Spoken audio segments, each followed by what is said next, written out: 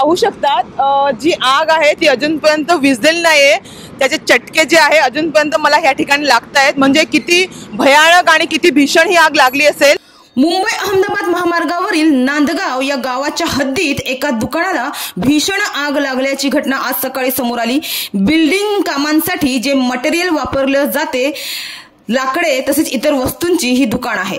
मुंबई अहमदाबाद महामार्गावरील नांदगाव या गावाच्या हद्दीतील अगदी महामार्गाच्या कडेलाच स्टील अँड टिंबर ट्रेडर्सचे लागूनच असे 3 दुकाने आहेत। त्यामधल्या राज स्टील अँड टिंबर ट्रेडर्स या दुकानाला ही भीषण आग लागली होती। या आगीत या दुकानातील बिल्डिंग कामांसाठी वापरण्यात येणारे मटेरियल जळून खाक झाले आहेत। तर माहितीनुसार अग्निशामक दलाच्या 3 गाड्या घटनास्थळी दाखल झाल्या होत्या। त्यामुळे दुकानातील आग विझविण्यात यश आलं आहे। मात्र ही आग इतकी भीषण होती की अद्यापही या आगीच्या झळा लागत आहे। तर घटनास्थळी उपस्थित दुकान मालकाचे भाऊ यांनी माहिती दिली की त्यांचे 10 ते 15 लाखांचे नुकसान झालं आहे। मात्र ते काही एक सांगण्याच्या स्थितीत नव्हते। त्यांच्या डोळ्यात अश्रू आणि दुःख झळकत होते। त्यामुळे याबाबत स्पष्ट माहिती घेता आली नाही, कारण त्यांच्यावर कोसळलेलं हे दुःख खूप मोठं आहे। तर सध्या तरी त्यांना व त्यांच्या कुटुंबियांना या दुःखातून सावरण्याची गरज आहे।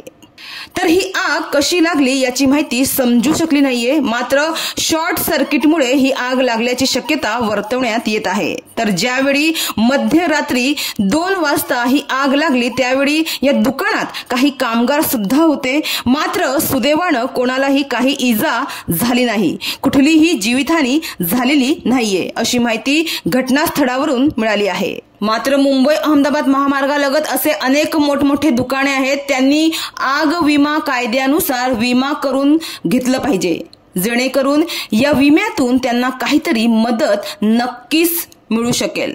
फायर इन्शुरन्स बिझनेस म्हणजे आगीमुळे किंवा विशेषतः आग विमा पॉलिसी अंतर्गत समाविष्ट असलेल्या घटनांमुळे झालेल्या नुकसानी विरुद्ध विमा संरक्षण प्रदान करणारे हे एक करार आहे।